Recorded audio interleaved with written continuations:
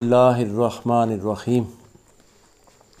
हमारे मुआशरे में एक चीज़ को बड़ा नोट किया है हमने कि जब तक माँ बाप ज़िंदा होते हैं उस वक़्त कदर नहीं होती, जब वो चले जाते हैं तो फिर होश आती है। तो उस वक़्त होश आए तो उसका फ़ायदा कौन नहीं। नमाज टाइम पे पढ़ें तो वो अदा होती है, अगर टाइम गुज़र जाए तो उसे क़ज़ा कहते हैं। और क़ज़ा में और अदा के सवाब में बड़ा फ़र्क है।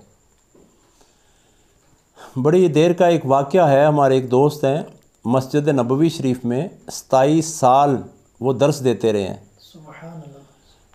और उन्होंने ये वाक़या देखा अपनी आँखों से। उनका एक दोस्त था जिसका नाम था अब्दुल बासित। मदीने शरीफ में रिहाइश थी उनकी और बीवी बच्चे उनके साथ थे। अक्सर बीवी की और उसकी वालदा की नोक चोक रहती थी। ये तकरीबन हर घर में ये मामला रहता है। और ये मामला क्यों जन्म लेता है? जो माँ होती है वो समझती है कि मेरा बेटा है, इसकी चीज़ें संभाल के इस्तेमाल की जाए, एहतियात की जाए, ख़राबी ना हो, ज़ाया ना हो। लेकिन जो बेटी है उसके ऊपर चूँकि वो वक़्त नया नया होता है, उसको इतनी समझ नहीं होती, प्रैक्टिकल नहीं होता, शऊर नहीं होता, गलतियाँ होती हैं इंसान से।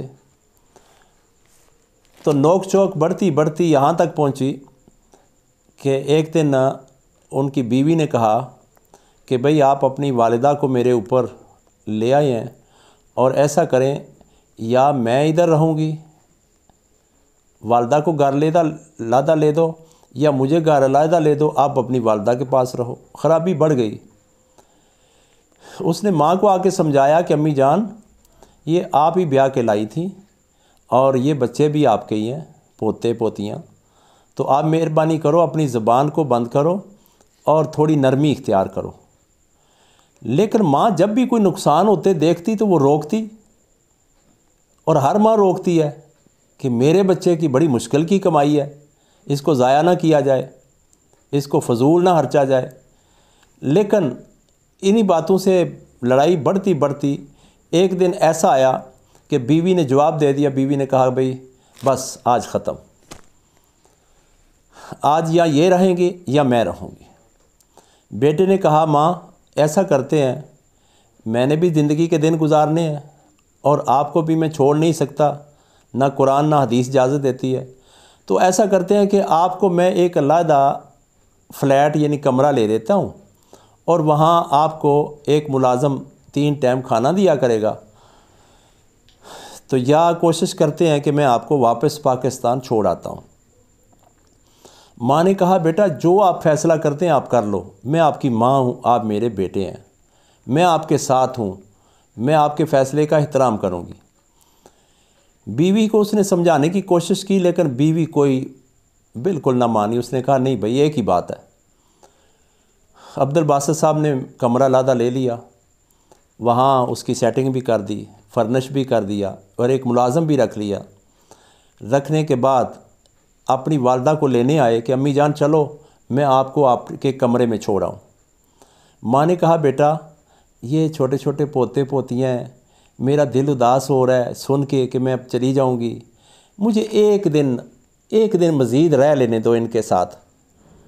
ठीक है तेरी बीवी को मैं अच्छी नहीं लग रही, कोई बात नहीं, लेकिन ये जो छोटे छोटे फूल हैं ना, इनसे मेरा दिल उदास होना शुरू हो गया है और आज मुझे ऐसे एक मोहलत दे दो, एक दिन रात में इधर रह लूँ।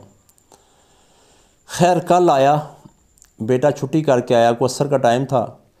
तो माँ ने क्या किया, एक जग पानी लेके ना, एक मोटी चादर डाल के, कंबल डाल के चारपाई के ऊपर, तो एक साफ़ पानी का जग उसने पूरे बिस्तर के ऊपर पानी डाल दिया। माँ की हिकमत देखें, कुर्बान जाए, माँओं के भी अंदाज कमाल हैं। क्या किया, कहा मेरा बेटा आज मुझे तू छोड़ आएगा, मैं तेरी माँ हूँ, मेरा दिल करता है 4 मिनट या 5 मिनट मेरे साथ बैठ जा और मैं आपके साथ कुछ दिल की 2-3 बातें कर लूँ। कहा माँ उधर ही जाके करेंगे। बीवी ने वार्निंग दी हुई थी, अब वो क्या करता बेचारा। लेकिन बीवी की जब शऊर की आंख खुली तो वक़्त गुज़र चुका था। हुआ क्या, जब पानी बिस्तर पे डाल दिया तो कहा मेरे प्यारे बेटे, मेरे लाडले बेटे, मेरे मिट्ठू बेटे, इधर तशरीफ़ रखो थोड़ी देर, मैं आपके साथ थोड़ी बात करना चाहती हूँ।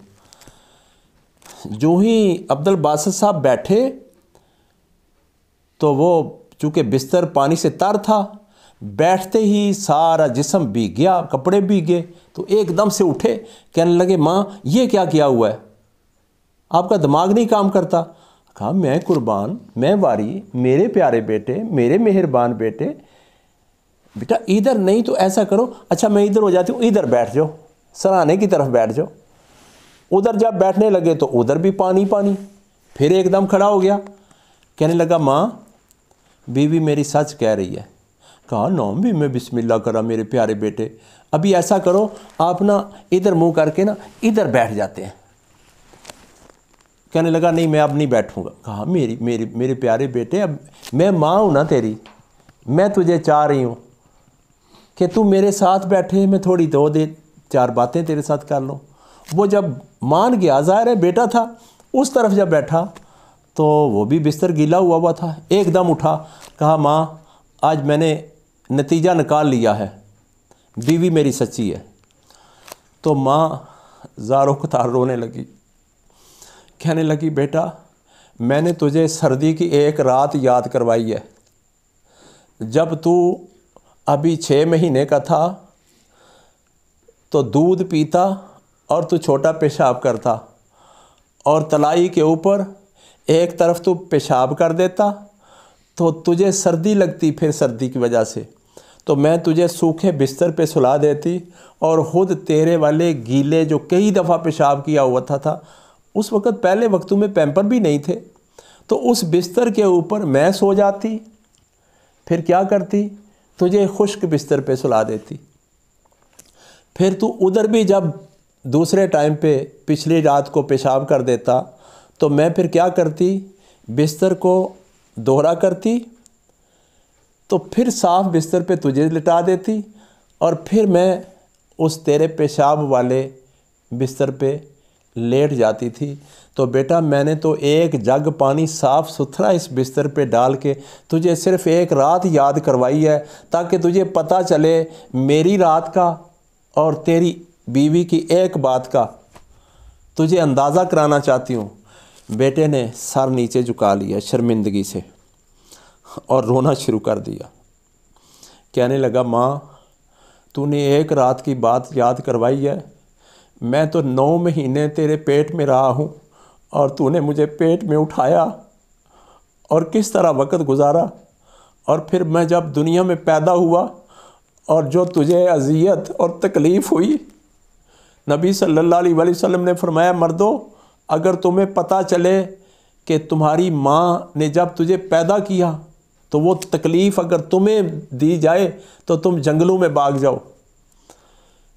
तो माँ आपने फिर मुझे 2 साल दूध पिलाया या 2.5 साल, और फिर मुझे पाला और एक एक लम्हा मेरा ख्याल रखा, अपना ख्याल ना रखा मेरा ख्याल रखा। तो माँ मुझे तेरे एक जग पानी ने पूरी ज़िंदगी के लिए समझा दिया है। बीवी को बताया, बीवी से कहा कि बीवी बात सुनो, तेरी माँ मेरी वालदा है, लेकिन इस वालदा को मैं नहीं छोड़ सकता, आज के बाद तू मेरी माँ की खिदमत ना कर, कोई बात नहीं है, मैं सारे काम खुद ड्यूटी से आके अपनी माँ के किया करूँगा। तो माँ ने क्या कहा, हाथ उठाए, कहा मौला जैसे मूसा अलैहिस्सलाम ने पूछा था कि ए अल्लाह को मेरे जन्नत में महल के बराबर भी कोई है, तो अल्लाह ने फरमाया कि हाँ मूसा तेरे बराबर में एक है, लेकिन है वो कसाब। मूसा अलैहिस्सलाम ने गौर व फिक्र किया, पीछा किया, गए वो गोश्त करता था, अच्छा अच्छा गोश्त संभाल के रख लेता था, उसका कीमा बना के घर ले जाता। मूसा अलैहिस्सलाम साथ गए, जाके एक पंगूड़े के अंदर 2 बूढ़े और बूढ़ी माँ बाप को, जिनकी शक्लें बदल चुकी थी, चेहरे स्याह हो चुके थे बदअमालियों की वजह से, लेकिन उस बेटे ने उनके अमाल न देखे, सिर्फ हुक्म देखा रब का कि माँ बाप जिस हालत में भी हूँ वो माँ बाप है, तुमने उनको राज़ी करके जन्नत कमानी है। तो वह चूरी बनाता, माँ बाप के मुंह में डालता। तो माँ बाप ने दुआ की कि या अल्लाह, हम तो अपने बदअमालियों की वजह से अंजाम को पहुंच चुके हैं, लेकिन अगर तू हमारी दुआ कबूल करे तो हमारा बेटा जिस तरह हमारी मदद कर रहा है, हमारा दिल करता है कि मूसा अलैहिस्सलाम का तू इसे मसाया बनाए। सुभान अल्लाह। तो माँ बाप दोनों की खिदमत करने वाला नबी पाक सल्लल्लाहु अलैहि वसल्लम ने फरमाया, उसकी नाक खाक आलूद हो, जिसकी ज़िंदगी माँ बाप दोनों या एक आए और उनकी खिदमत करके उनका दिल खुश करके वो जन्नत ना हासिल कर ले। और जिसने अपने माँ बाप को राज़ी कर लिया, उसने समझे दुनिया में जन्नत हासिल कर ली। जन्नत की टिकट माँ बाप के हाथ में है, माँ बाप राज़ी हो गए तो जन्नत मिल गई। अल्लाह ताला हमें माँ बाप को राज़ी करने की हिम्मत अता फरमाए।